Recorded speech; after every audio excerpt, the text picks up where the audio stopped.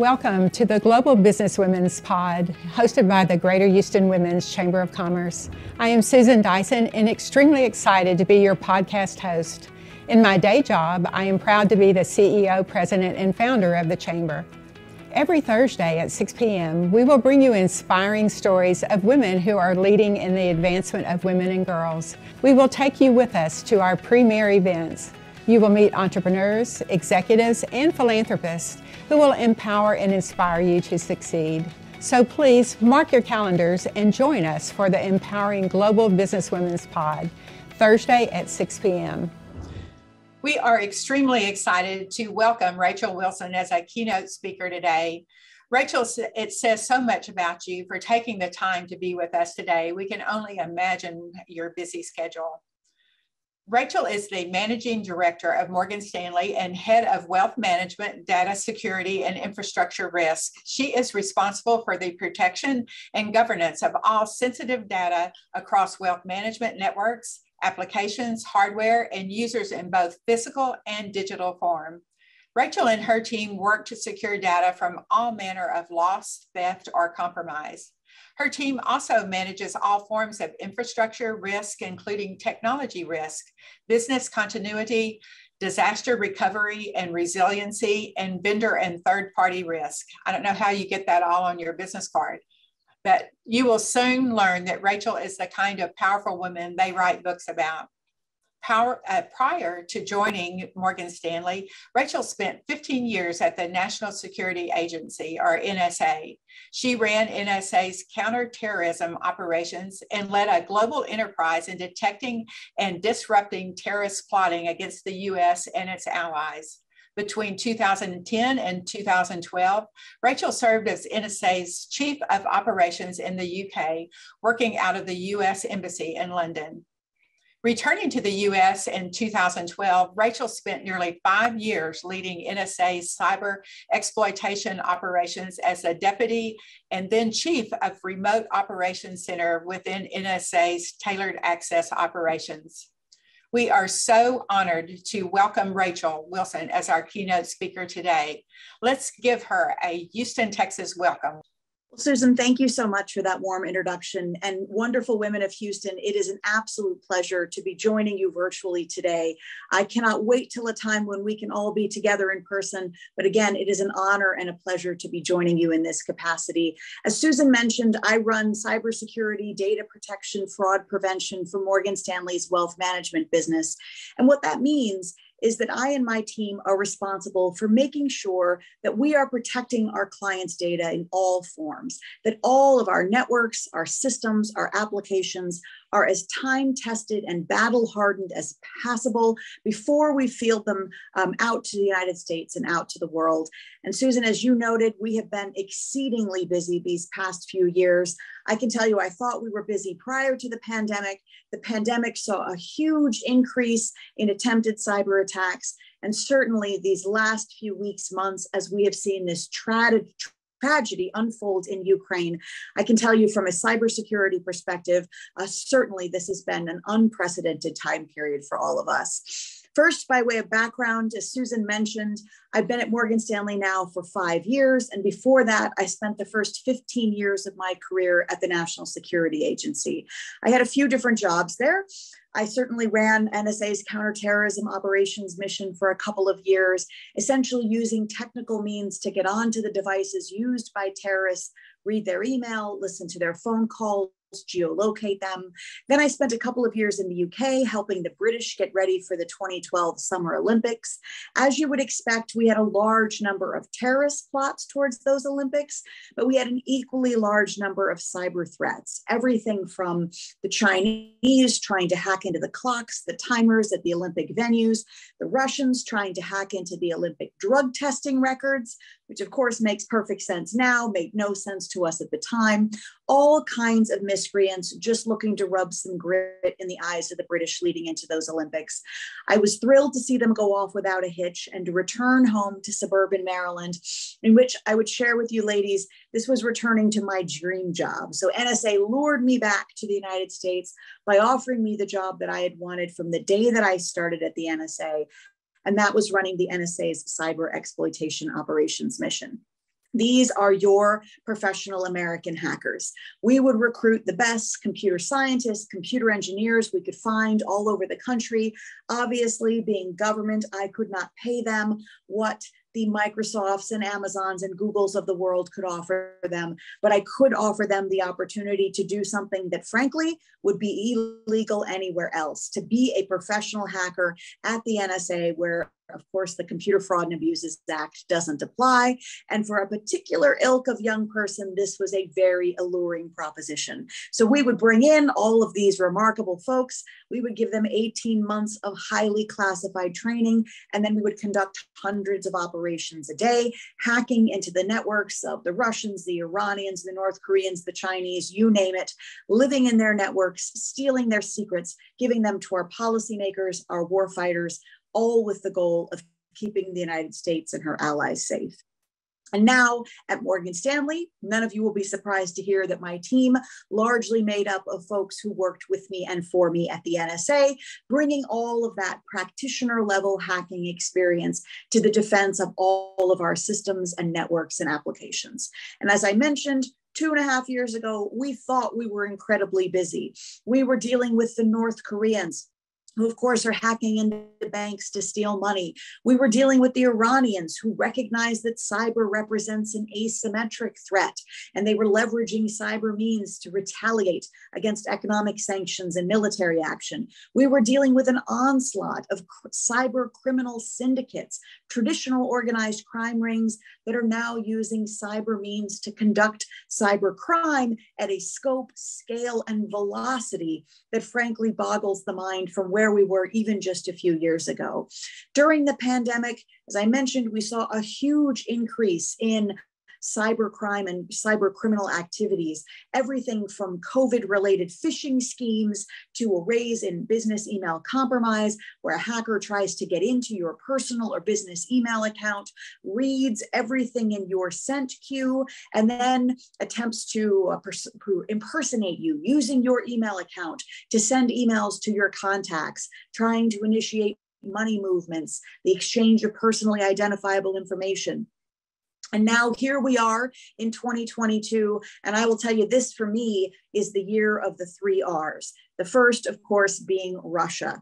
Just since the beginning of the year, we have seen a 7-fold increase in the volume of Russian-driven phishing attacks. So I can tell all of you ladies, if under normal circumstances, you are very diligent about not clicking on links or downloading attachments and unsolicited sources, I want you to redouble your diligence in this space. The Russians truly are trying to establish points of presence across the entirety of the United States, pre-position themselves for potential cyber attacks should things continue to escalate. And I don't want any of us to be part of that potential future cyber attack. So certainly going after Ukraine, power grids, certainly going after broader scale access through phishing campaigns.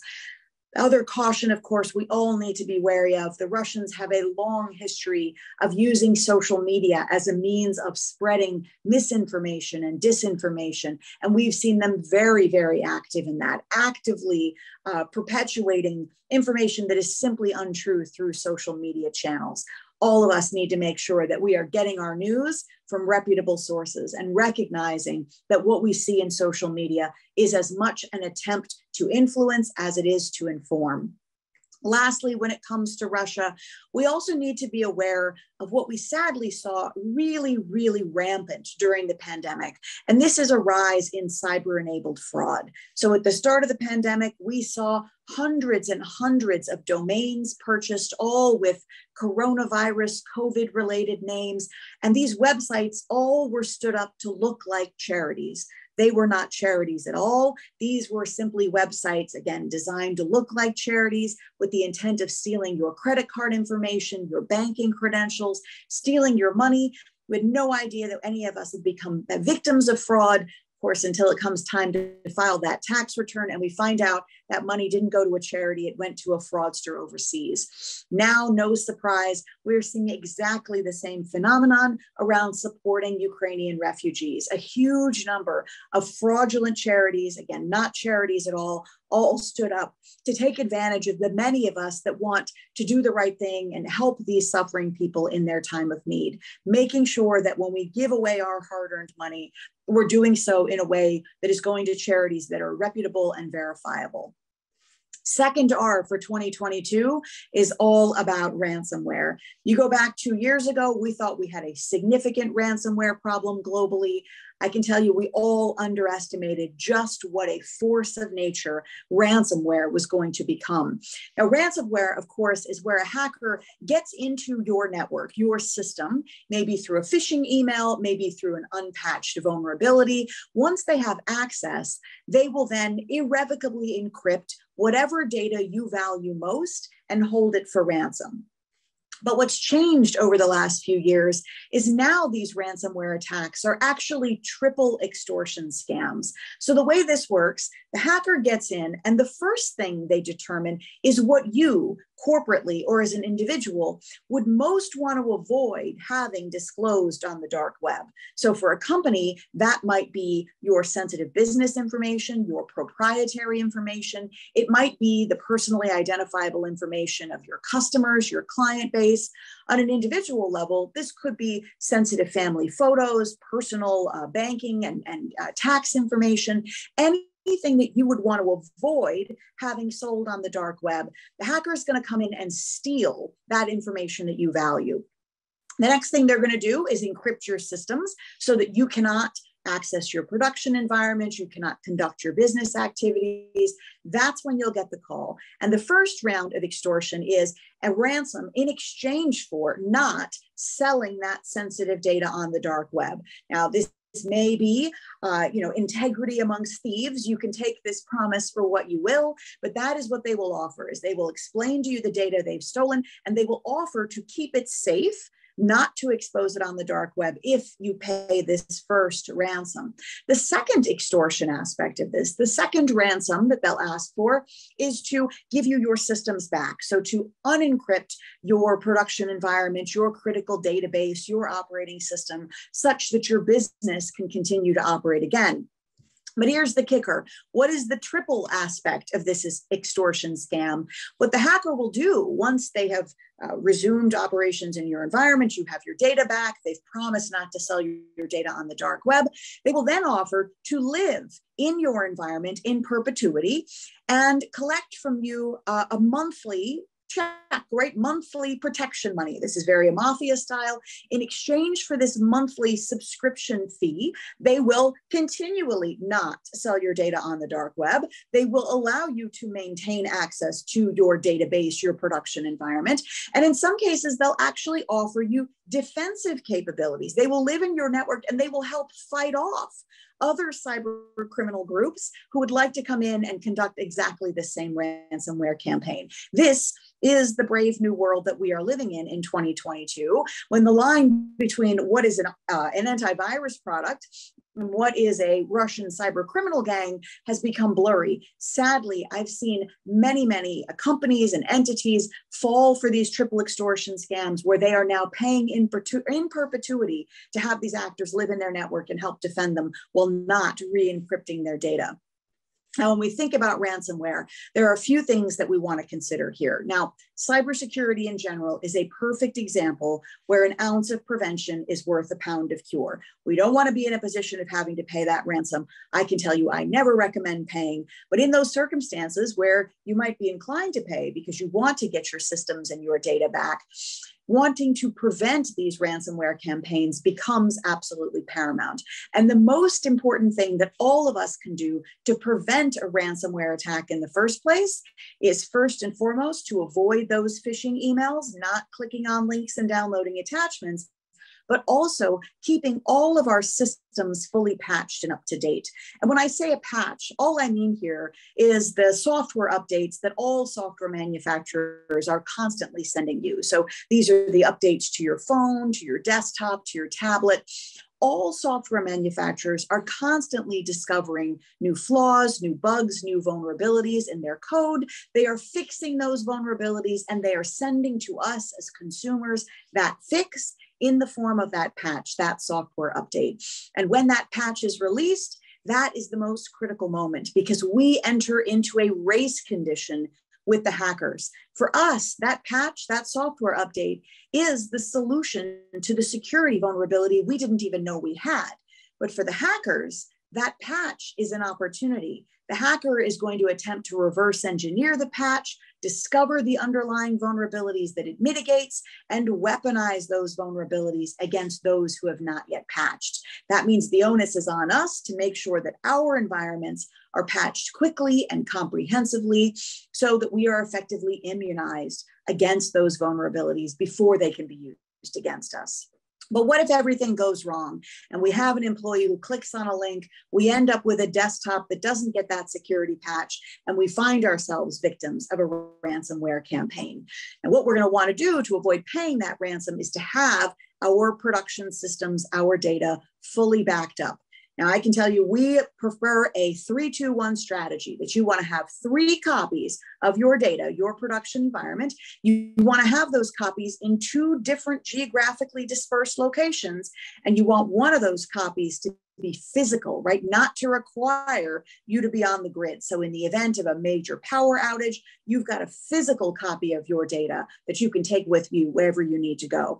That 3-2-1 strategy can go a long way, but equally important, we want to make sure that we've actively practiced restoring our operations from backups. All of you business owners in Houston, go to your IT teams, have this conversation with them. I see it all the time, sadly, with our customers, our clients. They will swear to me, Rachel, hand over heart, my data is backed up. And when they experience that cyber bad day, that's when they discover that the backups don't exist, that the backups are corrupted, that no one knows how to actually reach the backups and use them to restore business as usual operations. On a quarterly basis, we strongly recommend actually going through the practice of restoring from backups so that you know you can do it when you need to, and so that your organization has the muscle memory on how to actually restore from backups. That practice alone can make a 3 weeks outage, a 3-day outage, and ideally a 3-hour outage in the event of that cyber bad day. Now, of course, I have people tell me all the time, Rachel, I'm not worried about ransomware because I have cyber insurance. I would tell you, cybersecurity insurance, we think, is a key component of any good cybersecurity strategy, but it by itself is not enough. Why? Because in many, many cases, we've seen cyber insurance companies just walk away. And in fact, when you look at the stats for last year, in only about 40% of cases did that insurance company actually pay a dime in the event of that cyber bad day. Why is this? It's because if the insurance company can prove some element of gross negligence on the part of your IT department, they will, in the same way that if you were to light a fire in your own house, your insurance company would not pay, they're going to use that same logic in the event that you perhaps were not meeting the terms and conditions of your insurance policy, not patching in a timely manner, not conducting the employee training that is required in your policy. And of course, now you see legislation pending with Congress that would actually make it illegal to pay a ransom, which on the face of it makes sense, right? The more we pay these ransoms, the more we incentivize globally these kinds of cyber activities. But it won't surprise this audience to know, Susan, that it's actually the insurance companies that are behind this legislation. They've been paying through the nose these last 2 years, and they want to get to a place where that is no longer a requirement for them. And that, of course, brings us to our third R of 2022, this idea of resilience. So this is resilience to Russian cyber attacks. This is important to us as individuals. It's important to us as business owners, as board members. It's important to us as Americans, right? We don't want to be in a position where we're unable to recover from a Russian cyber attack. Equally important, we want to be resilient and able to recover from these ransomware attacks. Ransomware losses last year topped $20 billion just in the United States alone.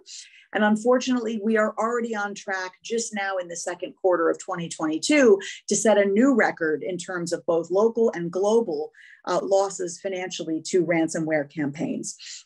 having that resilience is a great way of making sure that we don't have to pay that ransom because, again, we've practiced the process. We have demonstrated that resilience. And I want to close today with some cybersecurity best practices, some things that we can all be doing to be safer citizens on the internet, especially during these very unsettling times of geopolitical tension. First and foremost, we talked about the importance of staying fully patched, making sure that you're downloading that new operating system, that new browser, that new app for your phone, never relying on those old legacy platforms, always on the most fully patched. Very, very important that we be using unique, complex passwords. Now, I know smart women in this audience that none of you are using the same password everywhere all the time, because you know that when we use the same password everywhere and it gets compromised anywhere, we're now at risk every place that we've used it. But lots of people tend to do this. Passwords are a pain. So what do we do to make sure that we're using strong passwords? Well, I definitely recommend using a password manager app. These are apps out there like LastPass, Dashlane, Keeper, 1Password. The tech behind them is all largely the same. What they do is create for you unique, complex passwords for all of your logins. And then they store those passwords for you in a cryptographic sound way, so in an encrypted state. Then when you need to access those passwords, they will autofill right into that password field for you. You don't have to remember the password. It'll just show up in that field based on either a passphrase that only you know, or even better, that biometric on your phone. Why do we love these password manager apps so much? Well, first, they're going to give you a unique, complex password for all of your logins. No more using the same password everywhere. They're going to give you a password that is maximally lengthy and complex. So if it's a 50-character password field, they're going to give you a 50-character password that fits that field, random alphanumerics that we as human beings couldn't come up with, but that computers are good at generating. But it's actually the storage of your passwords that I like best.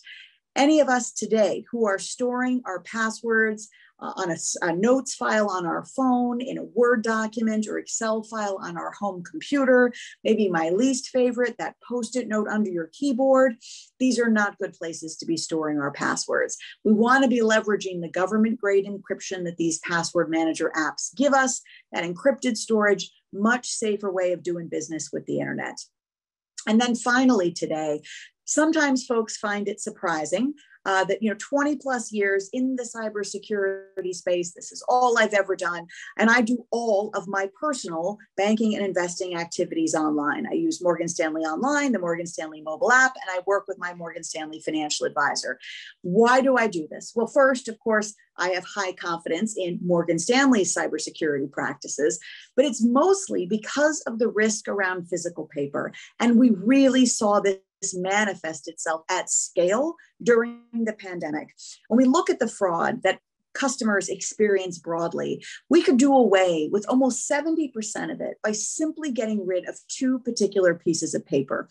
The first, no surprise, paper statements. People who have those statements stolen out of their mailboxes before they receive them, who throw them away without shredding them. God love them, the clients who are keeping every single paper statement we've ever sent them since the dawn of time in a large unlocked filing cabinet in their home office. All of us underestimating the number of people with physical access to our homes over the course of the year. All of those statements, all of that paper really represents a tremendous amount of risk and liability. The other piece of paper we want to get rid of, personal checks. Personal check fraud during the pandemic was at the highest levels that we had seen since the early 80s. Multiple notices put out by the Department of Homeland Security and the FBI around the risk of personal check fraud. Why were things so stratospherically bad during the pandemic?